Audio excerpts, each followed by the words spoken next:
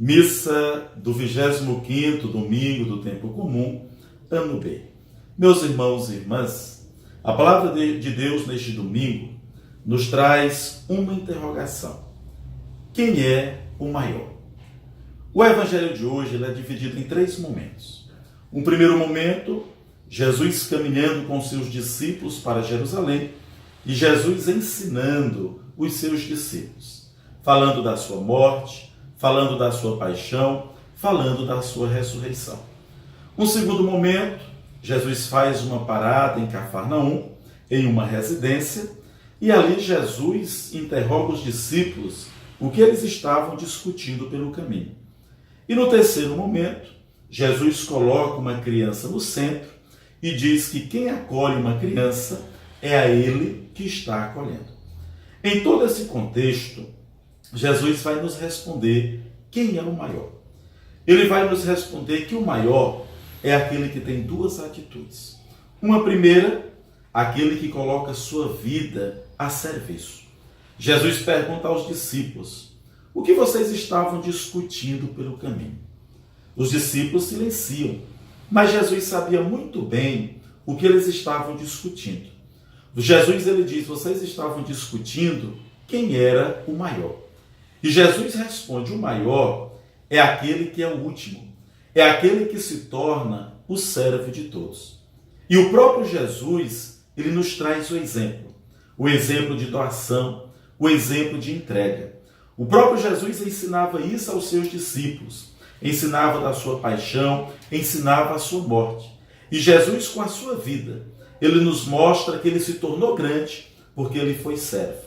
Foi servo obediente até a morte e até a morte de cruz. Por isso, meus irmãos e irmãs, Jesus hoje ensina a cada um de nós que maior para o reino de Deus, para a comunidade de Jesus, para a igreja de Jesus, é aquele que serve, é aquele que coloca sua vida a serviço.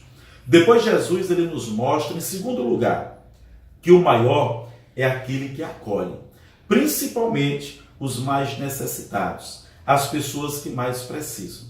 Jesus no Evangelho, ele está conversando com seus discípulos e ele coloca uma criança no centro. A criança é a imagem da pessoa dependente, da pessoa indefesa. A criança aqui representa todas as pessoas necessitadas, todas as pessoas exploradas, todas as pessoas caluniadas, todas as pessoas enfermas, todas as pessoas que precisam de Deus. E Jesus coloca a criança no centro para dizer que estas pessoas devem ser o centro da nossa vida, deve ser o centro da nossa evangelização, deve ser o centro da nossa caridade.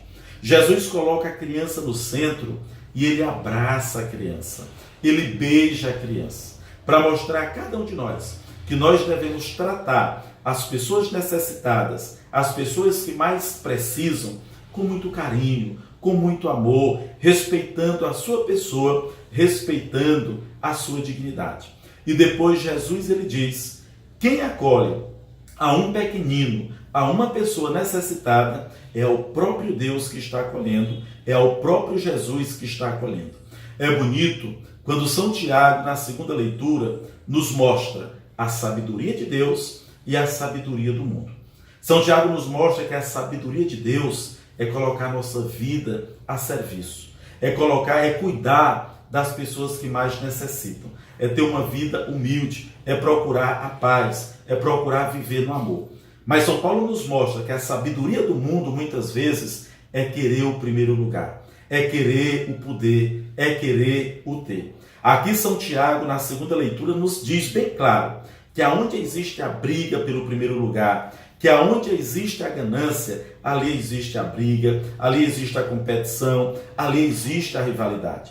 São Tiago ainda nos lembra, na segunda leitura, que muitas vezes Deus ele não atende os nossos pedidos, Deus ele não atende os nossos desejos, porque por trás disso tudo tem a sabedoria do mundo. São Tiago ele diz: muitas vezes nós cobiçamos, Deus não pode atender.